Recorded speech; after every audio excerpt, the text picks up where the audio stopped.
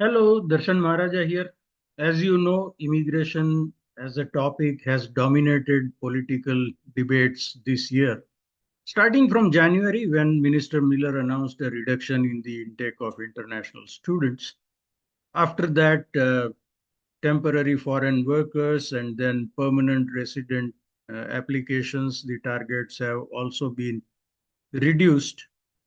You may be familiar with my view that all these changes are being done in bits and pieces because these are knee jerk reactions to the criticism that emerges in the public sphere.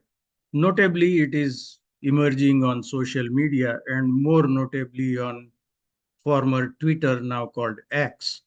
That is the town square where most important discussions are happening, and the reaction from the government is knee jerk. So they are not coming out with a comprehensive uh, reform of the policy, which I think is the need of the hour, a comprehensive reform.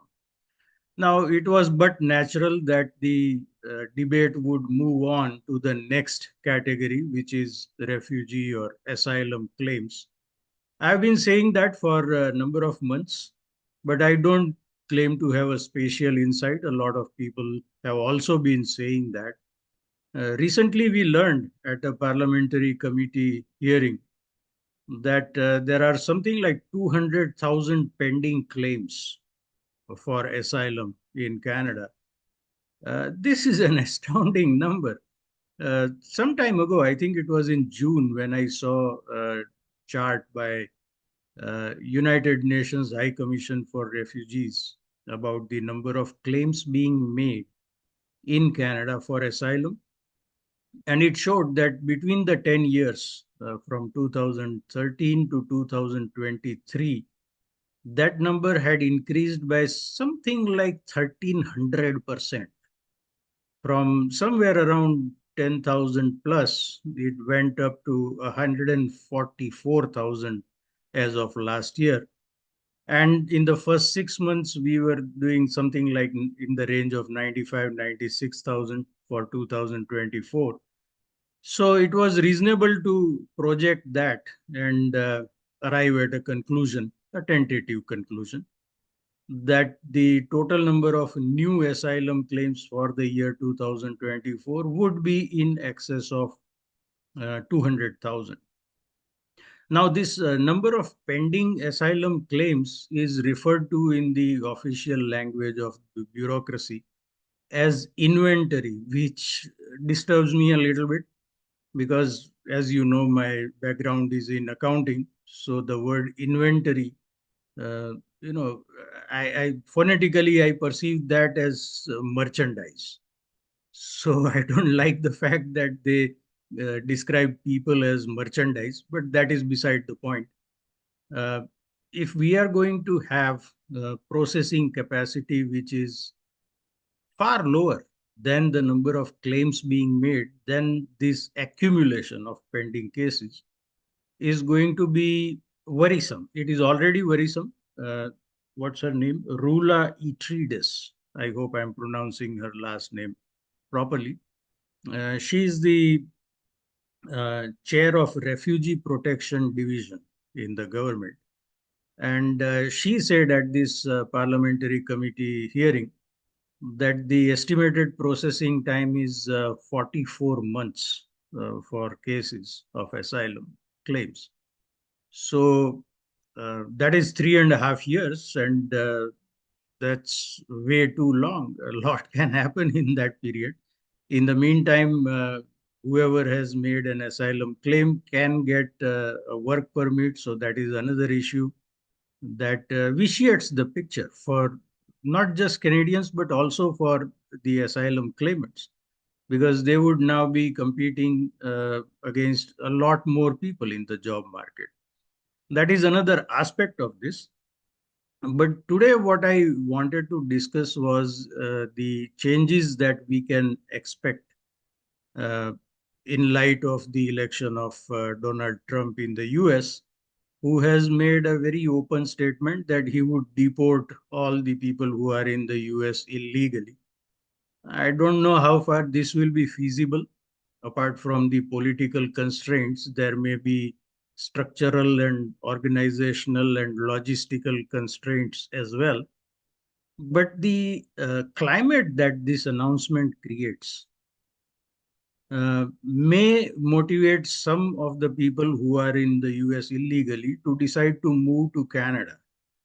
Now, we have had that problem since January 2017 when Prime Minister Trudeau basically issued an open invitation to the entire world to come to Canada.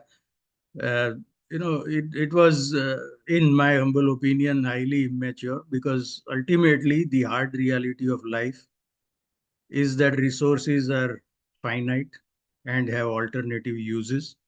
We are already seeing that a lot of social support structures are being overloaded, and Canadians are being put at a disadvantage because there is now an overload on the system. Now, the number is said to be 11 million, but I don't know how many of them will decide to move to Canada. But even if 2% of them do, then it only further overburdens our already overburdened processing system. And if 20% of them do, then it basically doubles the so-called inventory of asylum claims. At which point, I don't think the system will be able to function at all. I mean, there is a level of overload where everything then grinds to a halt. For their part, ministers in Trudeau government are making statements to reassure Canadians. First of all, it was Minister Mark Miller, the immigration minister, who said that not everybody is welcome. This was completely opposite to what Prime Minister Trudeau said almost 8 years ago.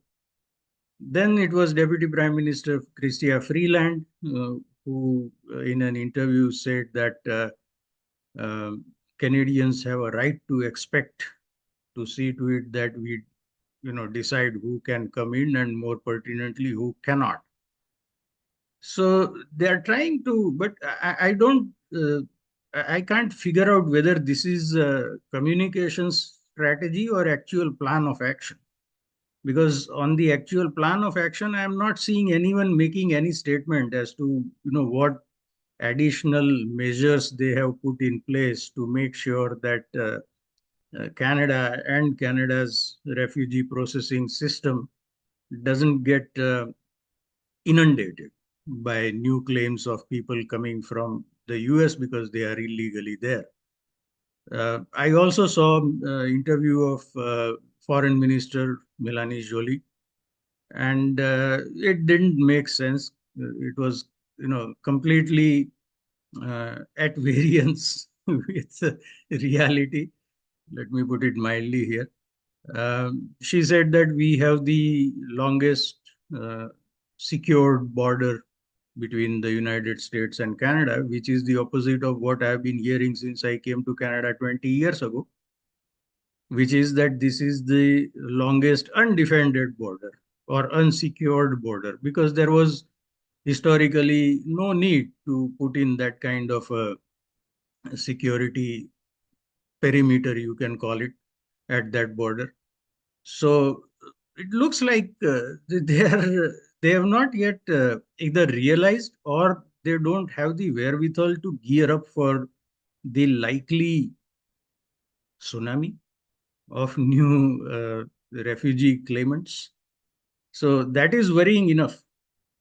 But this would, if even 20% of the people who are in the US illegally come to Canada, that would mean doubling the number of refugee claims to be processed. And if we assume that it doubles the processing time also, then you are now looking at something like 8 years. And those people are not going to put their lives on hold while they are here. First of all, they will have a work permit. So hopefully they will have some income. However, uncomfortable that makes it for the rest of the Canadians and the previous refugees who have arrived, because now there is greater competition. Typically, at the low end of the pay scale ladder or skills ladder. People who are already having difficulty making two ends meet will have this additional factor to contend with. But in those, let's say, 8 years, people may decide to get married to someone who's here, and maybe they have a child. Now, on a side note, this could also increase the black market for fake marriages. These are not a new phenomenon, but the concern here is the sheer numbers. We know that even Hardeep Singh Nijjar, when he came to Canada uh, on a fake passport and his application for refugee claim was rejected, we know that he entered into a marriage of convenience to bolster his chances of being accepted as a refugee. Even that was rejected. But the point being that fake marriages are not a new thing, and it's not going to come into being because of this possible tsunami of refugee claimants coming from the US. But the sheer scale of it will cause additional concern. And even if the marriage is genuine, once the couple have a child, then the child, having been born in Canada, is a Canadian citizen, has a right to be here, cannot be removed, and you cannot separate the family. So, on humanitarian and compassionate grounds, that is the technical term that they use, they would have to be approved for their refugee claim. So these are the issues that I'm not seeing any statement from politicians, or even to my knowledge, any commentary in the media. And if you don't prepare in advance, then you are going to have a problem when the thing actually happens. Remember that President-elect Trump is going to be sworn in January, and our election can take place in October, maybe earlier, but by October. That's a clear 9 months, and within 9 months, there can be a lot of development that we can safely put in the category of chaos. So, a government's primary function, as Sir Humphrey Appleby says in Yes Minister, primary function of a government is to avoid chaos. So, are they preparing for it, or are they being derelict in their most fundamental of duties?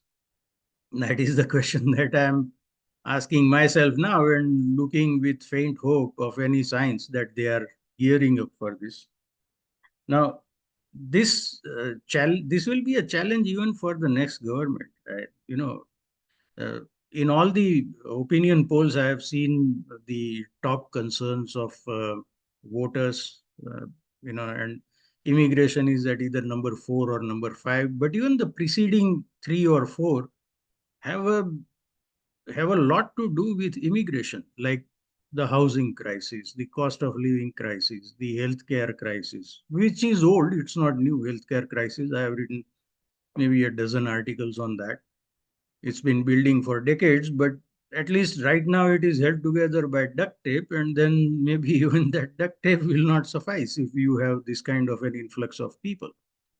Plus the reduced numbers of international students and permanent residents, etc., is it's already giving rise to doubtful claims for asylum by people who are here on international student visa on a study permit. So this will be a huge challenge for the next government, which we expect will be headed by Pierre Poilievre of Conservative Party of Canada. And I disagree with his insistence that it's going to be a carbon tax election. I am convinced that this will be an immigration election. Now, maybe I am biased because I have been working on the immigration file for well over a year now, and I'm kind of neck deep in the issue. So maybe, I'm seeing it in a magnified way or from too close a range.